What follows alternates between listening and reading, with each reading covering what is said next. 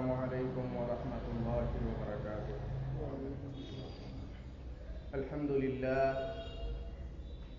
الحمد لله نحمده ونستعينه ونستغفره ونؤمن به ونتوكل عليه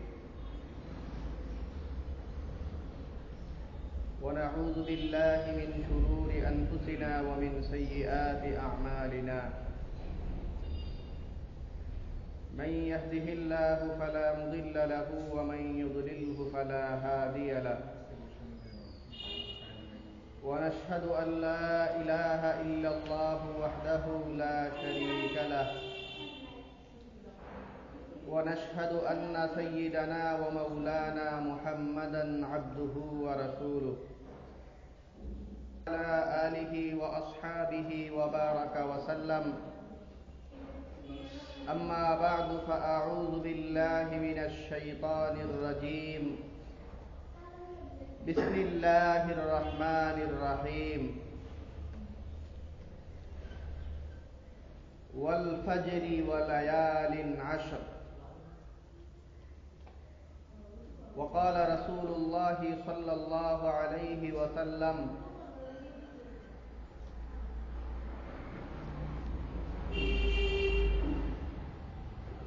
أفضل أيام الدنيا العشر الأول من ذي الحجة، أو كما قال النبي صلى الله عليه وسلم.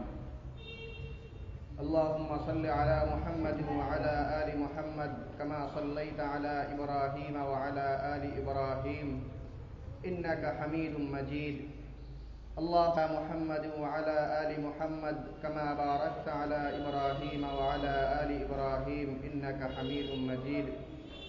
سبحانك لا علم لنا إلا ما علمتنا إنك أنت العليم الحكيم. মহান আল্লাহ পাক রব্বুল আলামিনের দরবারে অসংখ্য শুকরিয়া জ্ঞাপন করছি, যিনি আমাদেরকে অন্যান্য জুমার ন্যায় আজকেও জুমার নামাজ আদায়ের জন্য পবিত্র ঘর মসজিদে আসার তৌফিক দান করেছেন। আলহামদুলিল্লাহ। মুহতারাম হাজিরিন, গত সপ্তাহে আমরা হজ নিয়ে আলোচনা করেছিলাম। হজ কতটা গুরুত্বপূর্ণ ইবাদত সেটা বোঝাতে গিয়ে আমরা এক পর্যায়ে বলেছিলাম, সবচেয়ে গুরুত্বপূর্ণ যে ইবাদতগুলি আছে সেগুলোর অন্তর্ভুক্ত হলো হজ। সবচেয়ে গুরুত্বপূর্ণ ইবাদতের অন্তর্ভুক্ত সেই ধারাবাহিকতা বলতে গিয়ে আমরা বলেছিলাম, নবী সাল্লাল্লাহু আলাইহি ওয়াসাল্লামকে জিজ্ঞেস করা হয়েছিল সবচেয়ে গুরুত্বপূর্ণ আইয়ুল আমালি আফজাল, সবচেয়ে গুরুত্বপূর্ণ আমল কি? তখন নবী সাল্লাল্লাহু আলাইহি ওয়াসাল্লাম বলেছিলেন যে সবচেয়ে গুরুত্বপূর্ণ হলো আল্লাহর প্রতি বিশ্বাস স্থাপন করা, ঈমান আনা। তারপর দ্বিতীয় পর্যায়ে কি আছে, সেই দ্বিতীয় পর্যায়ে কি সেটার আলোচনায় নবী সাল্লাল্লাহু আলাইহি ওয়াসাল্লাম উত্তর দিয়েছিলেন জিহাদ ফি সাবিলিল্লাহ। তারপরে জিজ্ঞেস করা হয়েছিল তারপরে কি, তখন বলেছিলেন যে হজ। তারপরে আমরা বলেছিলাম যে অনেক সময় হজ এটা জিহাদের গুরুত্বকে স্পর্শ করে, জিহাদের সমপরিমাণ গুরুত্ববহ হয়। তো মোট কথা, সেই হজ কেন্দ্রিক বিষয় এবং সেই সংক্রান্ত হাদিস পাঠ করতে গিয়ে আপনারা একটা বিষয় বুঝেছিলেন, সেটা হলো জিহাদের গুরুত্ব। তো আজকে আমরা যেটা বলবো সেটা হলো নবী সাল্লাল্লাহু আলাইহি ওয়াসাল্লাম এক হাদিসে বলেন একটা বিশেষ সময়ের আমলের কথা, যে এই সময়ের আমল সবচেয়ে প্রিয়। তো সবচেয়ে প্রিয় এই কথা বললে সাহাবায়ে কেরাম প্রশ্ন করে বসছেন, ওনারা তো বারবার শুনে আসছিলেন জিহাদ এত গুরুত্বপূর্ণ। তখন নবী সাল্লাল্লাহু আলাইহি ওয়াসাল্লামকে বলছিলেন যে সবচেয়ে প্রিয় এই সময়ের আমল এটা কোন সময়? এই সময়ের আমল এত প্রিয়, তাহলে কি আল্লাহর রাস্তায় জিহাদ করা সেই জিহাদ করার চেয়েও বেশি প্রিয়? তখন নবী সাল্লাল্লাহু আলাইহি ওয়াসাল্লাম বলছিলেন, হ্যাঁ, একটা সময়ের কথা বলবো যেই সময়ে আমল করাটা এটা জিহাদ করার চেয়েও বেশি প্রিয়। তো সেই সময়টার কথা আমরা এখন বলবো। সেই সময়টা 3-4 দিনের মধ্যেই সেই সময়টায় আমরা পদার্পণ করব। সেটা হলো হিজরি সর্বশেষ যেই মাস জিলহজ মাস, সেই জিলহজ মাসের প্রথম দশক, জিলহজ মাসের প্রথম 10 দিন, জিলহজ মাসের প্রথম 10 দিনের ব্যাপারে আল্লাহ পাক রব্বুল আলামিন কোরআনে কারিমে শপথ করেছেন। ওয়া লায়ালিন আশর, এই সময়টার ব্যাপারে আল্লাহ তাআলা শপথ করেছেন। এবং নবী সাল্লাল্লাহু আলাইহি ওয়াসাল্লাম হাদিসের মধ্যে একদম বলে দিয়েছেন রাগ ডাক না করেই, আফজালু আইয়ামিদ দুনিয়া, দুনিয়ার যেই দিনগুলি আছে এই দিনগুলির মধ্যে সবচেয়ে সেরা দিন, দুনিয়াতে যত দিন আছে এর মধ্যে সবচেয়ে সেরা 10টা দিন হইল জিলহজের প্রথম 10 দিন। তো ব্যাখ্যাকার যারা মুহাদ্দিস মুফাসসির যারা এইসব নিয়ে কথা বলেন, ওনারা আপনারা যে একটা জিনিস জানেন সেটার সাথে বিরোধিতা যেন তৈরি না হয় এই জন্য একটা ব্যাখ্যা দাঁড় করিয়েছেন। সেটা হলো 10 কথা শুনলেই আপনাদের মনে হয়ে যায় রমজানের শেষ দশকের কথা, ওই সময়টা খুবই গুরুত্বপূর্ণ। এখানে আবার হাদিসে আছে জিলহজের প্রথম দশক। তো এখন কোনটার চেয়ে সেরা সেই ব্যাখ্যায় গিয়ে ব্যাখ্যাকারগণ উলামায়ে কেরাম বলেন যে রাতের হিসাব যদি করা হয় তাহলে রাতের হিসাবে হলো রমজানের শেষ দশকের রাতগুলি সেরা, আর দিনের হিসাব যদি করা হয় তাহলে হলো জিলহজের প্রথম দশকের দিনগুলো সেরা। মানে দিনের হিসাব করলে জিলহজের প্রথম দশক, আর রাতের হিসাব করলে রমজানের শেষ দশক। স্বাভাবিকভাবেই রমজানের শেষ দশকে লাইলাতুল কদর আছে এই কারণে। আর দিনের হিসাব যদি করা হয় তাহলে জিলহজের প্রথম দশক, কারণ এর মধ্যে বিশেষ কিছু দিন আছে আপনারা জানেন। ইয়াউমুন নাহার, ইয়াউমুন নাহার মানে জবাইয়ের দিন, কোরবানির দিন।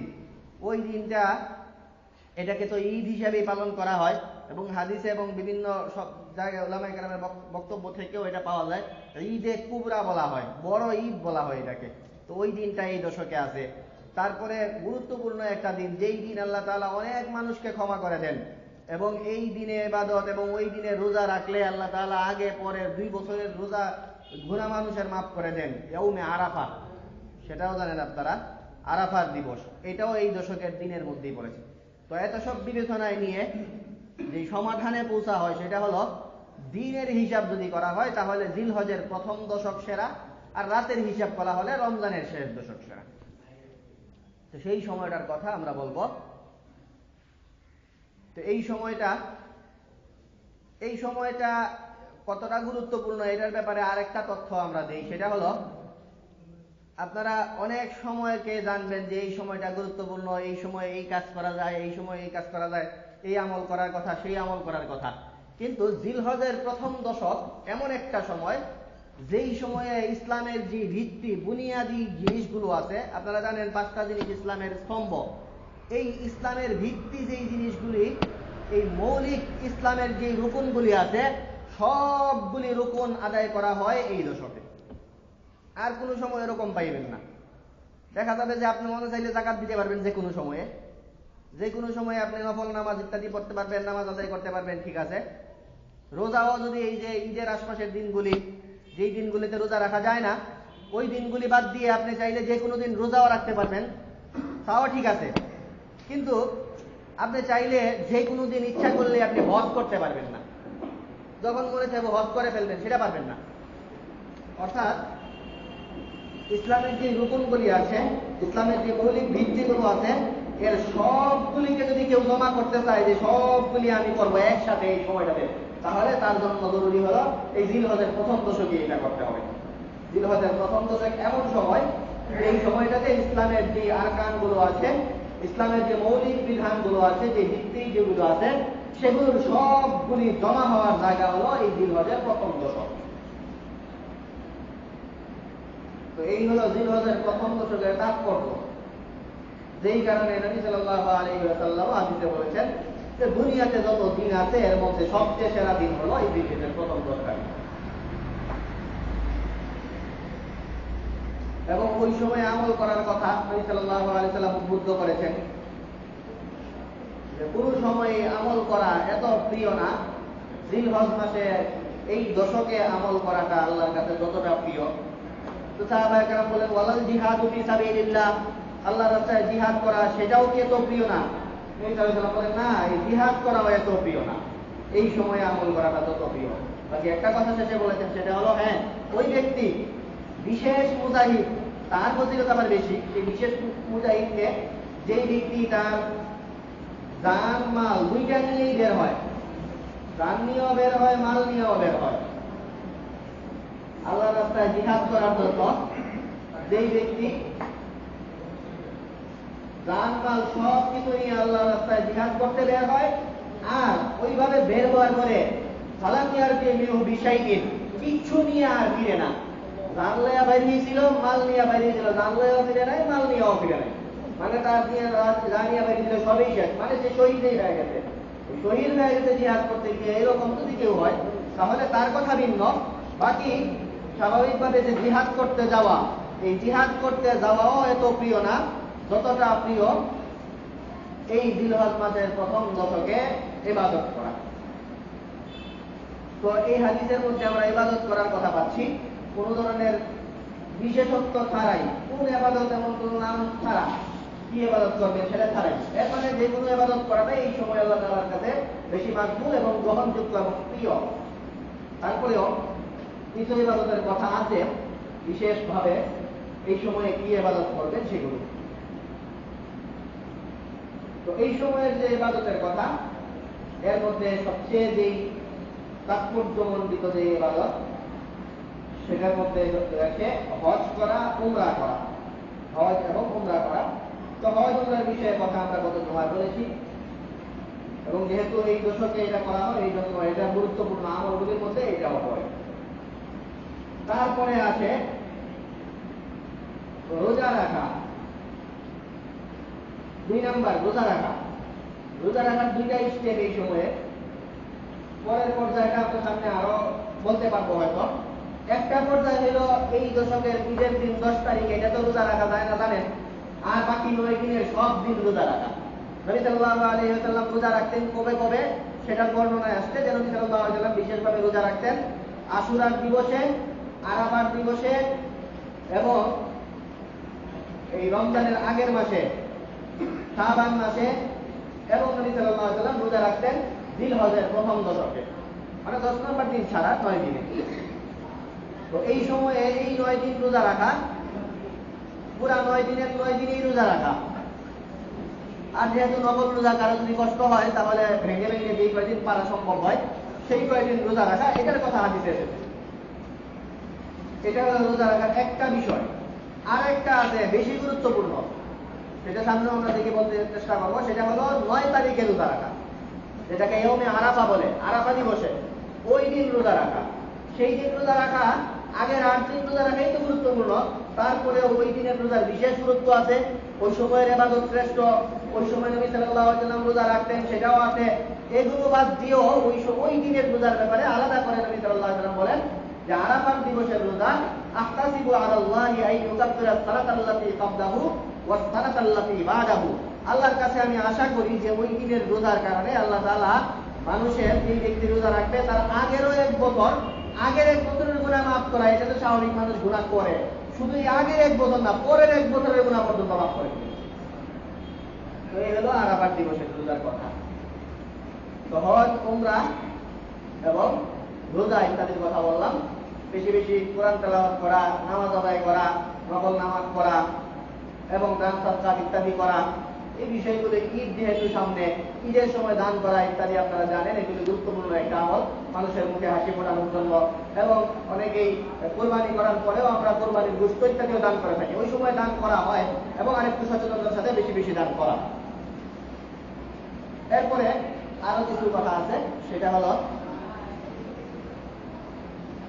আরেকটা আমল রোজার মতো, এটারও 2টা ভাগ।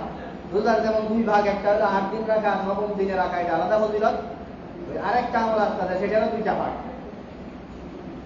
সেটা হলো তাকবীর পাঠ করা, তাকবীরে তাশরিক, আল্লাহু আকবার আল্লাহু আকবার লা ইলাহা ইল্লাল্লাহ আল্লাহু আকবার আল্লাহু আকবার লিল্লাহিল হামদ। এই তাকবীর পাঠ করা, এটার 2টা পর্যায়। একটা পর্যায় হলো ওই মাস ঢোকার সাথে সাথে, জিলহজ ঢোকার পরেই সাহাবায়ে কেরাম থেকে আছে, আবু হুরায়রা রাদিয়াল্লাহু তাআলা এবং অন্যান্য সাহাবারা, ওনারা ঘর থেকে সাধারণত বের হইতেন না, মসজিদে থাকতেন, নবী সাল্লাল্লাহু আলাইহি ওয়াসাল্লামের থেকে হাদিস শুনতেন, এরকম ছিল। তারপরে এই দিনগুলোতে কোনো কাজ ছাড়াই বাজারে যাইতেন, বাজারে গিয়া মানুষজনকে শুনাই দিতে, বাজারে বেশি মানুষ পাওয়া যায়, ওইখানে গিয়ে চিৎকার করে তাকবীর পাঠ করবেন, মানুষজনকে যেন বুঝে আসে যে সময়টা বিশেষ একটা সময় করতেছে। তো রাস্তাঘাটে, হাটে বাজারে, এইসব জায়গায় গিয়ে সাহাবায়ে কেরাম দূরে দূরে তাকবীর পাঠ করবেন। এই মাসটা ঢুকলেই যার জন্য বেশি সম্ভব তাকবীর পাঠ করা, এটা হলো একটা ঢালাও আমল। আর আরেকটা আমল আছে, সেটার ব্যাপারে আমরা সামনে বলবো, যেটা আপনারা জানেন, তাকবীরে তাশরিক নামাজের পরে পাঠ করা, এটা তো ওয়াজিব 9 তারিখ থেকে। তো 9 তারিখের আগে আমরা সেই কথা ইনশাআল্লাহ বলবো আবার। তো 9 তারিখ থেকে তাকবীর পাঠ করা 13 তারিখ পর্যন্ত সেটা তো ওয়াজিবই, সেটা তো পাঠ করতেই হবে। আর এছাড়াও ওই দিনগুলিতেও নামাজের সময় ছাড়া অন্য সময়েও, আর ওই দিনগুলি আসার আগেও, এই মাস ঢোকার পর ওই সময়টাই তাকবীর পাঠ করার সময়। নবী সাল্লাল্লাহু আলাইহি ওয়াসাল্লাম হাদিসে 3-4টা আমলের কথা বিশেষ করে বলেছেন এক জায়গায়, যে তোমরা এই সময়টা ঢুকলে, যখন জিলহজ মাস চলে আসে, তখন এই কাজগুলি করো। ফাআসিরু ফীহি মিনাত তাকবীর ওয়াত তাহলিল ওয়াত তাহমিদ, এবং অনেক জায়গায় ওয়াজিব এটাও আছে। কি কি সেগুলি? একটা হলো তাকবীর পাঠ করবে বেশি বেশি, আকসিরু বেশি করো, বেশি বেশি তাকবীর পাঠ করবে ওই সময়টা আসবে। আরেকটা আছে, সেটা হলো তাহলিল। তাহলিল মানে লা ইলাহা ইল্লাল্লাহ, এটা পাঠ করা, বেশি বেশি লা ইলাহা ইল্লাল্লাহ পাঠ করা, এই কথাও আছে। এবং আরেকটা আছে, সেটা হলো তাহমিদ। তাহমিদ মানে আল্লাহর প্রশংসা, আমরা আলহামদুলিল্লাহ এটা বলি, বা প্রশংসার অনেক পর্যায় আছে, যে যেভাবে পারেন প্রশংসা, আল্লাহর প্রশংসা করা। আর আরেকটা হলো জিকির করা। তো আমরা সাধারণত যে 2-3টার কথা বলেছি, এগুলিরই জিকির মনে করে ফেলি। তো ওগুলি তো জিকিরের অন্তর্ভুক্ত। আরো জিকির, আল্লাহর বরত্বের আলোচনা, যেই সময় পারেন আল্লাহ তাআলার আলোচনা করা, আল্লাহর কথা আলোচনা করা, এটাই মানে জিকির। শুধুমাত্র কোনো কিছু জপা এটাই জিকির না, আল্লাহর কথা বলা, আলোচনা করা, সেটাই জিকির। তো আল্লাহর আলোচনা বেশি বেশি করা, এবং যেই কথাগুলি বলা হলো তাকবীর, তাহমিদ মানে আল্লাহর প্রশংসা, এবং তাহলিল লা ইলাহা ইল্লাল্লাহ, ওগুলি পাঠ করা, এই শেষ আমলের মধ্যে এটা আছে। এরপরে আরেকটা আমল আছে এই সময়ের, সেই আমলটা করার জন্য আবার পূর্ব প্রস্তুতি লাগে। যে কারণে এই মাস আসার আগেই আমরা এই বিষয়ে, যেই সময় মাস ঢুকবে তার আগে থেকে এই আলোচনা যে কারণে করতে হয়, সেটা হলো এই সময়টা আসার আগে পূর্ব প্রস্তুতি সহ একটা আমল। সেই আমলটা আবার কয়েকটা পর্যায়। একটা হলো মূলত আমলটা হলো হাজী সাহেবদের, এরপরে হাজী সাহেবদের কাছ থেকে কনভার্ট হয়ে যারা কুরবানি করবে তাদের কাছে আসবে। ওই কুরবানি দাতা যারা, ওদের কাছ থেকে আবার এটা কনভার্ট হয়েছে, হয়ে তারপরে সবার উপরে ছড়াইছে। সেটা হলো ওই মাছ ঢোকার পরে কুরবানি করার আগ পর্যন্ত এই সময়টাতে চুল, নখ, পশম ইত্যাদি উচ্চারণ যাবে না। তো এই যে যাবে না কথাটা বলছি, এই যাবে না কথাটা একটু শক্ত কথা, এটা হলো হাজী সাহেবদের জন্য প্রযোজ্য। আর অনেকে বলেন যে এই যাবে না কথাটা শুধু হাজী সাহেবদের জন্য প্রযোজ্য না, যারা কুরবানি করবে তাদের জন্য প্রযোজ্য, আর যারা কুরবানি করবে না তাদের জন্য আবার জরুরি না। তাদের জন্য জরুরি না, বাকি হাদিসে আছে, নবী সাল্লাল্লাহু আলাইহি ওয়াসাল্লামের কাছে একটা সাহাবী গিয়ে বললেন যে, হুজুর আমার কাছে তো কুরবানির যন্ত্র বলতে একটা মানিহাতান উনসা, কুরবানির অনুপযুক্ত একটা পশু আছে, যেটা দিয়ে আসলে কুরবানি হয় না, ওইটাই শুধু আমার আছে, এখন আমি কি জবাই করব? নবী সাল্লাল্লাহু আলাইহি ওয়াসাল্লাম বললেন, না, তোমার আর জবাই টবাই করার দরকার নাই, তুমি এক কাজ করো, ওই কুরবানি যারা করবে ওদের মতো যখন 10 তারিখ আসবে, ওই সময় তুমি তোমার চুল এবং নখ ইত্যাদি উপায় দিবে। তার মানে উনি কুরবানি করবেন না, ওনাকে ওইটা বলছেন। তার মানে ওরা যারা কুরবানি যারা করবেন না, তারাও অন্যদের সাথে সাদৃশ্যতা রাখার জন্য এবং তাদের সব অন্যদের সাথে মিল রাখার জন্য এই কাজটা করতে পারেন। তো এই কাজটা করার জন্য 2টা জিনিস লক্ষণীয়। একটা হলো আপনি ওই চাঁদ যেদিন ওঠার সম্ভাবনা আছে ওই দিনই নখ কেটে নিতে হবে, কারণ নখ বেশি লম্বা করা, সপ্তাহ 10 দিনের বেশি টানা রাখা এগুলি উচিত না। এই কারণে আগে থেকেই নখ বড়, এরপরেও কাটবেন না, এটা করবেন না। ওই চাঁদ উঠবে যেই দিন মনে হবে আগামী মঙ্গলবার উঠতে পারে, ওই মঙ্গলবারেই আপনারা কাটবেন, যেন আগামী 10 দিন আর কাটতে না হয়। এটা একটা। আর আরেকটা খেয়াল রাখতে হবে, সেটা হলো সবাই আমরা এই যে এই 9-10 দিন আবার একটু সবাই অ্যালার্ট থাকি যে ঠিক আছে এগুলি কাটা যাবে না, কিন্তু আরেকটা কাজ আছে সাথে সাথে, সেটা হলো 10ম দিন কিন্তু কাটতে হবে, ওটা আর কেউ করে না, ওইটাও করতে হবে। আগের 9 দিন কাটবেন না, সেটাও করবেন, আর 10 নম্বর দিন মনে রেখে খেয়াল করে কেটে নিবেন, সেটাও করবেন, দুইটাই মনে রাখতে হবে। তো এই হলো আরেকটা আমল। আর এই দশকের আরেকটা গুরুত্বপূর্ণ আমল আছে, যেটা হলো কুরবানি করা। তো এটা নিয়ে বিস্তারিত কথা আগামী কিছুদিন আমরা বলবো, সেই কুরবানি করার কথা।